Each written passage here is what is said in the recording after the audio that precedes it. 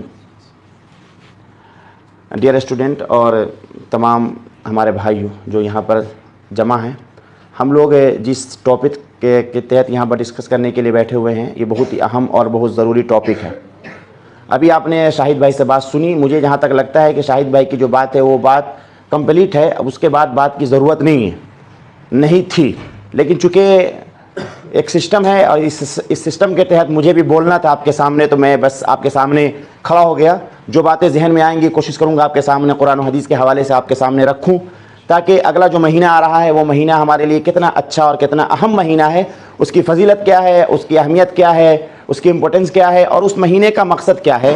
रमज़ान का महीना अल्लाह ताला ने हमें क्यों अता किया और रमज़ान का जो मकसद क्या है, रोज़ा जो रखते हैं, नमाज़ पढ़ते हैं, उसका रिज़ल्ट हमें क्या मिलना चाहिए, क्या हमें हासिल करना चाहिए, इस पर हम लोग बात करेंगे इंशाअल्लाह। आपने शाहिद भाई को सुना, आप समझ चुके होंगे रमज़ान का मकसद क्या है, और इससे पहले 2 हफ्ते तक भी हमने थोड़ी बहुत बातें आपके सामने रखी हैं कि रोज़ा क्यों रखा जाता है, उसका मकसद क्या है। आज जो हम आपके सामने बात करेंगे, पहली चीज़ ये होगी रमज़ान की फजीलत क्या है, रमज़ान की जो अहमियत है, इंपोर्टेंस क्या है इस्लाम के अंदर, और दूसरी चीज़ क्या है, रोज़े का मकसद क्या है, रोज़ा हम क्यों रखते हैं, उससे हमें क्या मिलना चाहिए, हमें क्या हासिल होना चाहिए।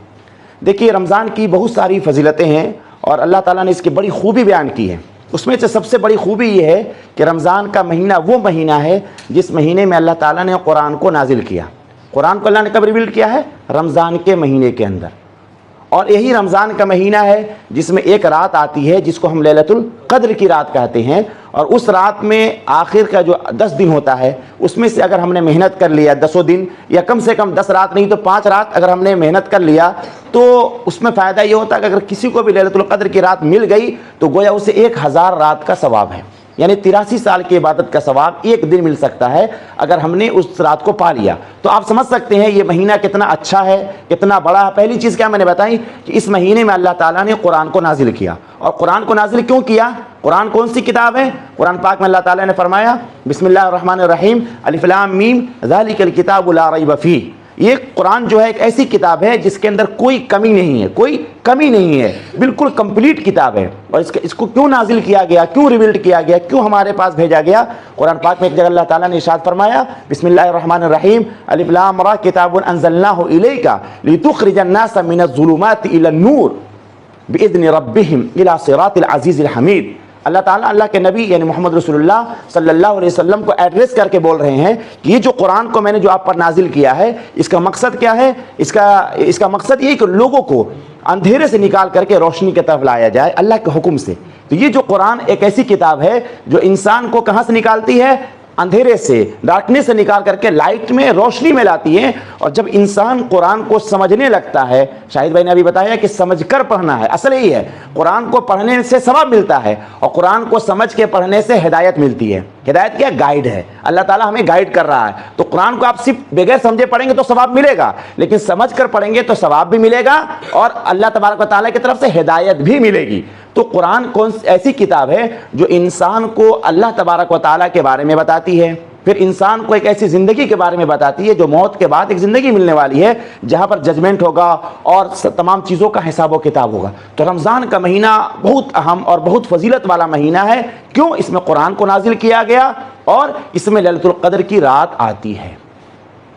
जहाँ तक रमज़ान की इबादत का ताल्लुक़ है, जो हम रोज़ा नमाज करते हैं, इसकी बड़ी फजीलत है और इसकी बड़ी अहमियत है, इंपॉर्टेंस है। और अल्लाह तबारक व ताला इसके बारे में ये फरमाते हैं कुरान पाक के अंदर कि जो रमज़ान का रोज़ा तुम पर फ़र्ज़ किया जा रहा है, या अय्युहल्लज़ीना आमनू कुतिबा अलैकुमुस्सियाम कमा कुतिबा अलल्लज़ीना मिन क़ब्लिकुम लअल्लकुम तत्तक़ून, ताकि तुम रोज़े के ज़रिए से अल्लाह से डरने वाले बन जाओ, अल्लाह का ख्याल रखने वाले बन जाओ। तो ये जो रोज़ा है इसीलिए फ़र्ज़ किया गया ताकि इस रोज़े को रखने का मकसद भूखा प्यासा रखना नहीं है, बल्कि इसको रखने से इंसान अल्लाह के करीब आ जाए और अल्लाह वाला बन जाए, अल्लाह से डरने वाला बन जाए। हदीस पाक में अल्लाह के नबी सल्लल्लाहु अलैहि वसल्लम ने इरशाद फरमाया कि मन सामा रमज़ान ईमानन व इहतिसाबन गुफिर लहू मा तक़द्दम मिन ज़म्बी। जिसने रमज़ान के रोज़े को शऊर के साथ बिल्कुल एहसास करके ये फील करते हुए रख लिया कि रोज़ा रखने का मकसद क्या है, अल्लाह को राज़ी करना है, अगर इस और ईमान के साथ रखा, अल्लाह पर ईमान रखते हुए और इस सवाब की नीयत से रखा, तो क्या होगा, अल्लाह ताला उसके पिछले तमाम गुनाह को माफ़ कर देगा। तमाम गुनाह माफ़ हो जाएगा। किससे? रमज़ान के रोज़े के रखने की वजह से। और एक जगह फरमाया गया मन कामा रमज़ान ईमानन व इहतिसाबन गुफिर लहू मा तक़द्दम मिन ज़म्बी। जिसने रमज़ान के महीने में नमाज पढ़ा, रात में इबादत किया, तरावी पढ़ रहा है, तहज्जुद पढ़ रहा है और नवाफिल पढ़ रहा है, तो रमज़ान में पढ़ने की बरकत ये होगी कि रमज़ान में पढ़ने की वजह से उसके तमाम गुनाह को माफ़ कर दिया जाएगा। अब आप सोचिए, दूसरे रमज़ान के अलावा दूसरे महीने में ये फजीलत नहीं है, आप नमाज पढ़ें सवाब मिलेगा, लेकिन रमज़ान में पढ़ने का ये फ़ायदा है कि सवाब तो मिलेगा, उसके साथ साथ अल्लाह ताला तमाम गुनाहों को, जो भी गुनाह इंसान किया है उस तमाम गुनाह को माफ़ कर देगा। अब अगर ये महीना हमें मिल रहा है रमज़ान का, और अगर हमने इसको ज़ाय कर दिया, इस महीने में हम नमाज अच्छे से नहीं पढ़ पा रहे हैं, रोज़ा नहीं रख पा रहे हैं, कुरान को नहीं पढ़ पा रहे हैं, तो ये हमें समझना चाहिए कि हम अपने टाइम को वेस्ट कर रहे हैं। आखिरत के हिसाब से अगर हम सोचें तो अपने टाइम को हम ख़राब कर रहे हैं। इसमें वही इंसान अच्छा है अल्लाह के नज़दीक, अल्लाह के नबी के नज़दीक वही अच्छा है जो रमज़ान के महीने को अगर पा जाए तो क्या करें, रमज़ान के महीने में रोज़ा रखें, तरावी हो सके तरावी पढ़े, अपनी तहज्जुद पढ़े, नवाफिल पढ़े, कुरान की तिलावत करे और रमज़ान के महीने को खूब अच्छा बनाए, रमज़ान के महीने को खूब अच्छा बनाए। एक हदीस में फरमाया गया, रोज़े की तारीफ देखिए, रमज़ान के महीने क्या बयान फरमाई गई, फरमाया गया फिल जन्नति समानियतु अबवाबिन, जन्नत के कितने दरवाजे हैं, 8 दरवाजे हैं। मिनहा बाबुन युसम्मा रय्यान, एक दरवाज़ा है जिसका नाम रय्यान है, ला यदखुलुहु इल्ला स्वाइमून, उस दरवाजे से सिर्फ वही लोग इंटर करेंगे अल्लाह के यहाँ जो रोज़ेदार होंगे। गोया ये रोज़ा एक आपको आइडेंटिटी कार्ड मिलेगा, जिससे स्कूल में जाते हैं ना, ऑफिस में जो लोग काम करते हैं, ऑफिस के अंदर आप सब लोग नहीं जा सकते, जिसके पास कार्ड है वो अपने आप स्कैन करेगा अंदर जाएगा। तो रमज़ान का जो रोज़ा रखेगा अल्लाह ताला उसे ऐसा कार्ड अता फरमाएगा कि वो उस रास्ते से दाखिल हो जाएगा। आप गौर करें कितनी बड़ी फजीलत, इतनी बड़ी फजीलत होने के बावजूद हम में से बहुत सारे लोग रमज़ान का रोज़ा नहीं रखते हैं। छोटा छोटा रीज़न बताते हैं, इस वजह से मैं नहीं रख पा रहा हूँ, इस वजह से मैं नहीं रख पा रहा हूँ। आप लोग नौजवान हैं, जो लोग रोज़ा रखने की उम्र को पहुँच चुके हैं, इरादा बनाइए इंशाअल्लाह ताला, चाहे हालात जैसे हों, स्कूल हो, हमारा एग्ज़ाम हो, कुछ भी हो, इंशाअल्लाह ताला रमज़ान के रोज़े को हम नहीं छोड़ेंगे। इसका इरादा बना कर जाइए। रमज़ान का महीना आ जाए और रोज़ा रखने के लिए जो छूट दी गई है उसमें जो कुरान ने बयान फरमाया, फमन शहीद मिनकुम अश-शहर फलियसुम वमन कान मरीज़न, जो बीमार हो अवाला सफ़र, या कोई सफ़र पर हो, ये 2 चीज़ें हैं। अगर आप बीमार हैं और डॉक्टर ने कहा कि आप रोज़ा नहीं रख सकते तो नहीं रखें, लेकिन उस रोज़े को रमज़ान के बाद पूरा करें। या फिर आप कहीं ट्रैवल कर रहे हैं और सफ़र पर, लंबे सफ़र पर हैं, तो आप रोज़ा छोड़ सकते हैं, लेकिन रमज़ान के बाद पूरा करना है। लेकिन इसके अलावा और कोई चीज़ नहीं है, कोई रीज़न नहीं है कि एक इंसान रोज़ा छोड़े। अगर कोई रमज़ान का रोज़ा छोड़ता है तो मुजरिम है और वो गुनहगार है, और अल्लाह तबारक व तआला की ज़मीन पर रहते हुए अल्लाह तबारक व तआला की तमाम पैदा की हुई चीज़ से फ़ायदा उठा करके रोज़ा नहीं रखता है, तो उससे बड़ा गुनहगार, उससे बड़ा मुजरिम को नहीं हो सकता। तो इरादा कर जाएँ कि रमज़ान के महीने को पाना है तो रोज़े से गुजारना है।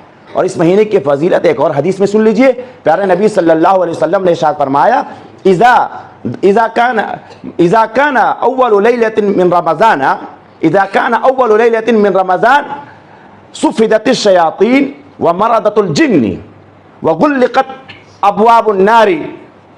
जब पहला रमज़ान की पहली रात होती है, पहली रात जब रमज़ान की आती है तो क्या होता है, अल्लाह तबारक व ताला शैतानों को और जिन्नातों में जो बदमाश होते हैं उनको अल्लाह ताला कैद कर देते हैं। क्या कर देते हैं? उनको कैद कर देते हैं। व गुल्लिक़त अबवाबुन नारी फलम युफ्तह मिनहा बाबुन, और जहन्नम के तमाम दरवाज़ों को बंद कर दिया जाता है, कोई भी दरवाज़ा नहीं खोला जाता है। और फरमाया गया वो फुत्तिहत अब्वाबुल जन्नती फलम युगलक मिनहा बाबुन, और जन्नत के तमाम दरवाज़ों को खोल दिया जाता है, कोई भी दरवाज़ा बंद नहीं किया जाता। वह युनादी मुनादिन, और एक आवाज़ लगाने वाला आवाज़ लगाता है, या बाग़ियल खैर अक़बिल या बाग़ियल शर्र अक़सिर, ऐ भलाई करने वाले आगे बढ़ो, ऐ बुराई करने वाले पीछे जाओ। वलिल्लाहि उतक़ाउ मिनन नार व ज़ालिका कुल्ल लैलतिन, और अल्लाह ताला हर रात को गुनाहगारों की बख्शिश करता है, और हर रात ये काम होता है। अब ये जो हदीस है इसका लेसन क्या है? इसके अंदर 4-5 चीजें बताई गई कि रमजान की पहली रात, मतलब जिस दिन चांद होगा और तरावी शुरू होगी वो पहली रात है, तो रमजान के पहले रात क्या होगा? सुफिदत शयातीन व मरादतुल जिन्न। पहला काम अल्लाह ताला क्या करते हैं? शैतान को बांध करके एक जगह डाल दिया जाता है और जो जिन्नातों में बदमाश होते हैं उनको बांध कर डाल दिया जाता है। उसके बाद क्या अल्लाह के नबी ने फरमाया? गुल्लिकत अबवाबुन नार, ये जहन्नम के दरवाजों को बंद कर दिया जाता है। और फुतिहत अबवाबुल जन्नह, जन्नत के दरवाजों को खोल दिया जाता है। ये क्यों है? आप खुद गौर कीजिए, इस बात का ऐलान है, अल्लाह ताला ये इशारा दे रहे हैं आप हमें और आप सब ईमान वालों को कि ये महीना जन्नतियों का महीना है। ये महीना किसका महीना है? जन्नतियों का महीना है। जन्नत को खोला जा रहा है, जहन्नम को बंद किया जा रहा है। तो इस बात का इशारा है, ऐलान है कि ये जन्नतियों का महीना है। तो इसमें वही हम काम करें जो जन्नत में जाने वाला हो, जो हमको जन्नत में ले जाने वाला काम हो, इस महीने में करना है। और अल्लाह के नबी ने फरमाया वयुनादी मुनादिन या बाक़ी अल खैर अकबिर या बाक़ी शर अक्सर। आप गौर कीजिए, पहली रात अल्लाह ताला एक फरिश्ते की ड्यूटी, एक फरिश्ते को खड़ा कर देते हैं। वो फरिश्ता ऐलान करता है कि ऐ भलाई करने वाले आगे बढ़ो और बुराई करने वाले पीछे जाओ। ये क्यों ऐलान किया जाता है? ये भी इस बात की तरफ इशारा है कि ये जो महीना है ये भलाई करने वालों का महीना है। ये जो महीना है नेकी करने वालों का महीना है। बुराई का काम करने वाले के लिए इस महीने में कोई जगह नहीं है। बुराई का काम कोई भी हो, चाहे हम रोज़ा छोड़ें या नमाज में हम पाबंदी ना करें या फिर हम कुरान की तिलावत ना करें या गुनाह का कोई भी काम करें, हम अपने आंखों से गुनाह कर रहे हों या अपने कानों से गुनाह कर रहे हों या अपने हाथों से गुनाह करें या अपनी ज़बान से गुनाह करें या अपने पेट से गुनाह करें, जिस तरह से भी गुनाह करेंगे, अगर हमने गुनाह किया तो जान ले ये हमारी डेड लाइन है। और अल्लाह तबारक व तआला की तरफ से ऐसे लोगों पर अल्लाह के नबी ने लानत भेजी है। अल्लाह के नबी ने उनके लिए बद्दुआ की है जो रमज़ान का महीना पाते हैं और अपनी मगफिरत नहीं कराते हैं। तो कोशिश ये कीजिए कि रमज़ान के महीने को कैसे अच्छा गुजारना है। अभी से अपनी प्लानिंग कीजिए, अपने टाइम को मेंटेन कीजिए। आप सब लोग यहाँ पर जितने बैठे हैं, हम लोग सबके पास काम है, किसी को ऑफिस जाना है, किसी को स्कूल कॉलेज जाना है, लेकिन अपने इन तमाम काम को करते हुए रमज़ान के दिन को अच्छा कैसे बनाना है, अपने लिए बेहतर कैसे बनाना है, इसकी हमें कोशिश करनी है। और इसके लिए अभी से प्लानिंग करनी पड़ेगी। आप अभी से इसी वक्त से प्लानिंग कर बैठें कि हमको किस तरह नमाज को जमात से पढ़ना है। कोशिश ये हो इंशाअल्लाह कि रमज़ान के अंदर 5 नमाज को जमात से पढ़ना है। अगर हम जमात से नहीं पढ़ सकते, कहीं दूर हैं, तो कम से कम ये कोशिश करेंगे इंशाअल्लाह कि नमाज को कज़ा नहीं होने देना है। ये आखिरी कोशिश है कि हमारी नमाज कज़ा ना हो, हम नमाज को टाइम पर पढ़ लें। ये कोशिश हो गई। उसके साथ कुरान को पढ़ना है, तिलावत करना है, तर्जुमे से पढ़ना है, उसके साथ साथ हमको तौबा इस्तग़फ़ार करना है, उसके साथ साथ रमज़ान में दुआ करनी है। प्यारे नबी सल्लल्लाहु अलैहि वसल्लम ने इरशाद फरमाया, रमज़ान के महीने में 24 घंटे दुआ कबूल होती है। हम सब अल्लाह के मोहताज है कि नहीं है? कोई है जो कहे कि मोहताज नहीं है? हम सब अल्लाह तबारक व तआला के ज़रूरतमंद है। हम सबको नीड है अल्लाह की, अल्लाह के हेल्प की, अल्लाह की मदद की। तो हम 24 घंटे हमारे पास टाइम है। हम 24 घंटे क्या करें? अल्लाह से दुआ करें, तौबा इस्तग़फ़ार करें। और उसके साथ साथ रात का जो टाइम है, उस टाइम को हमें किस में गुजारना है? नमाजों में गुजारना है, तिलावत में गुजारना है। हम जो मुस्लिम सोसाइटी को देखते हैं, हमारे अंदर इधर कुछ दिनों से 20-25 सालों से सर्वे करें तो एक बहुत बड़ी बीमारी आई है।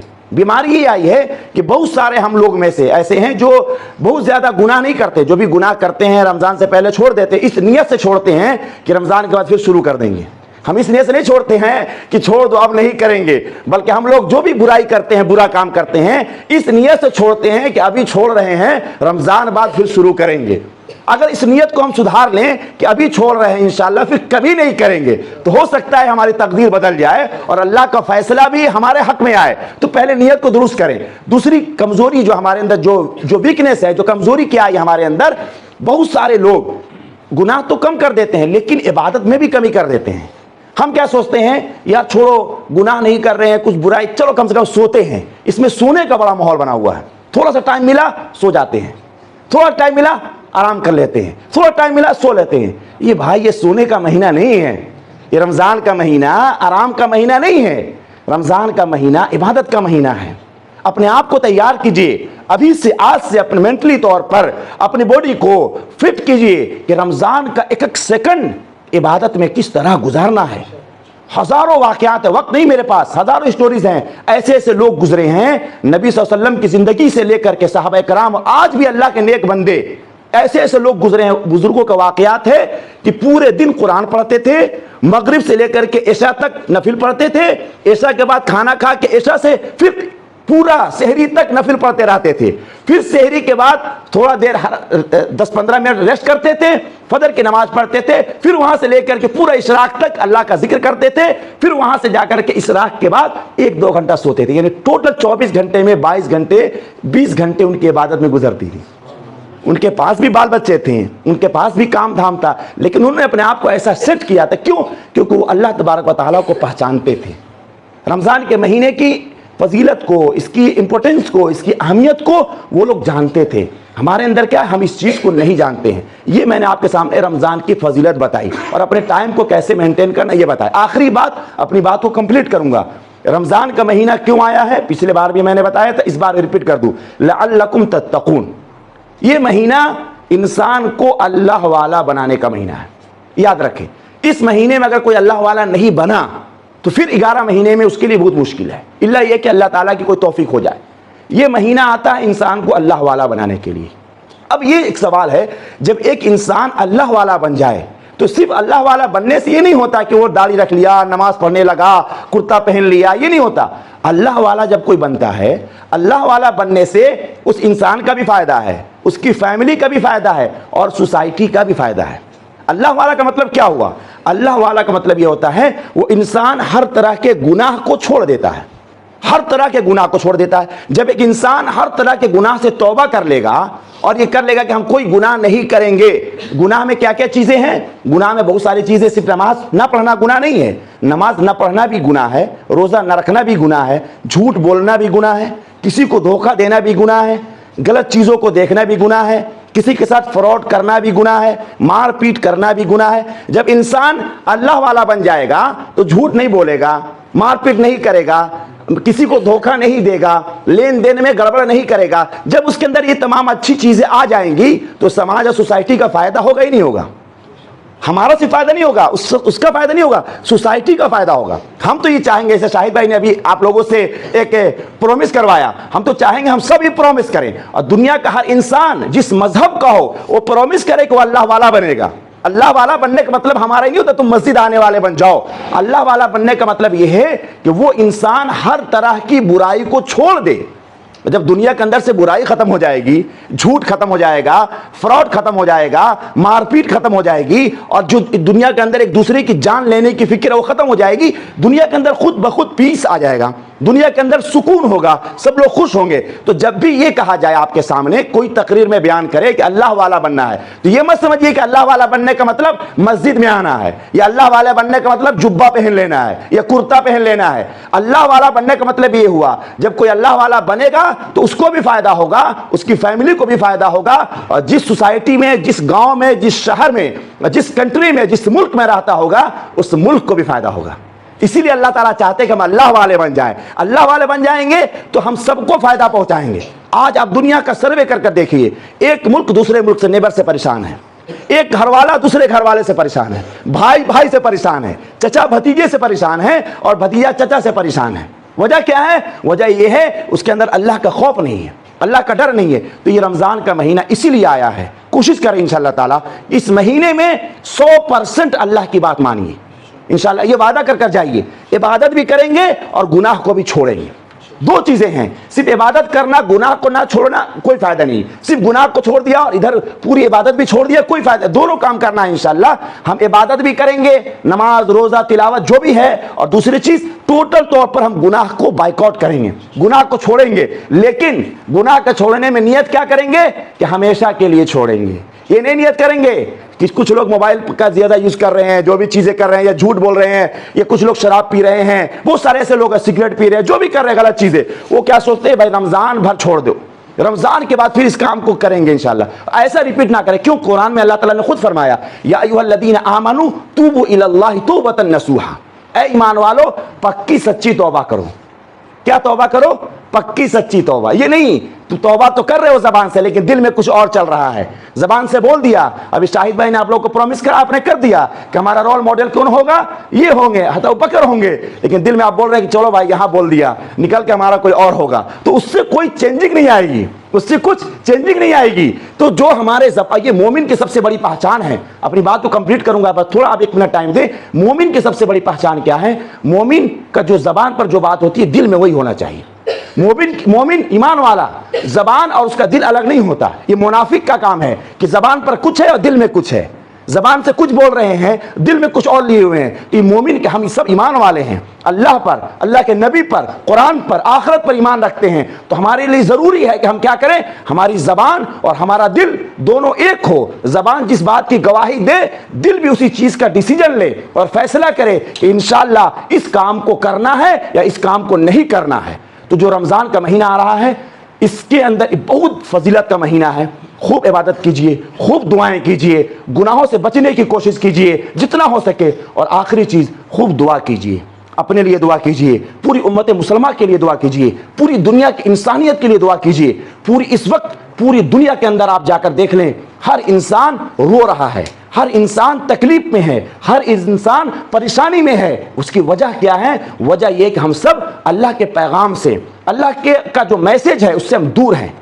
तो इसीलिए कोशिश हमारी ये हो कि हम इन चीज़ को समझने वाले बने और रमज़ान के महीने को अच्छी तरह गुजारें, खूब इबादत करें। हो सकता है इंशाल्लाह फिर जब हम लोग रमज़ान के बाद मिलेंगे तो इंशाल्लाह ताला हम लोग एक एक करके वन बाई वन पूछेंगे इंशाल्लाह कि आपने रमज़ान में अपने रमज़ान को कैसे गुजारा। तो इंशाल्लाह ताला हो सकता है उस वक्त किसी को शर्मिंदगी ना हो, इसीलिए कोशिश ही कीजिए, कम से कम अल्लाह के डर के साथ साथ यहाँ का भी डर हो कि हम लोग पूछताछ करेंगे इंशाल्लाह ताला। तो इस वजह से इंशाल्लाह ताला कोशिश करें कि पिछला जो भी रमज़ान गुजरा है, 1 मिनट, पिछला जो भी रमज़ान गुजरा है ये रमज़ान उससे अच्छा गुजरेगा। हम भी ये कोशिश करेंगे, हम भी ये दुआ करेंगे इंशाल्लाह कि ये रमज़ान हमारे पिछले तमाम रमज़ान से अच्छा होगा। अल्लाह तबारक व तआला हम सबको इस महीने की कदर करने की तौफीक नसीब फरमाए और इस महीने में खूब इबादत करने की तौफीक नसीब फरमाए और इस महीने को हमारी ज़िंदगी को बदलने वाला महीना बनाए। व आखिर दावाना अल्हम्दुलिल्लाहि रब्बिल आलमीन। Jazakallah khair, Syed Qamar Jalal, for that profound and educational address. We are truly prepared to welcome Ramadan after hearing your inspirational words. This brings us to the end of our program. To conclude this blessed gathering, I would like to call upon Kabar Bhai to lead us within this final dua.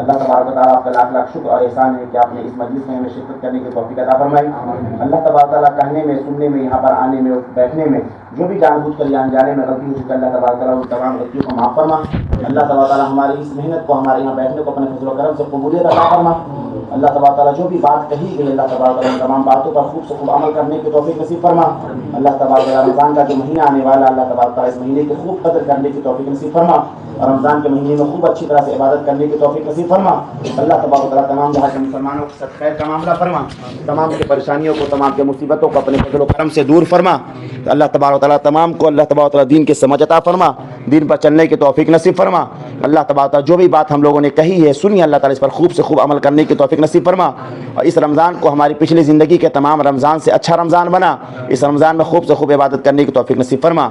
अल्लाह तबारक व तआला हम और हमारे भाई जो यहाँ पर बैठे हुए हैं, अल्लाह ताला जो हम अपने लिए, अपने घर वालों के लिए, अपने रिश्तेदारों के लिए या अपनी तरक्की के ताल्लुक से या अपनी परेशानी के ताल्लुक से हम जो भी दुआएं करना चाहते हैं, अल्लाह तबारक व तआला इस मजलिस में शिरकत की बरकत से हम तमाम लोगों की तमाम जायज़ दुआओं को अपने फजल व करम से कबूलियत अता फरमा।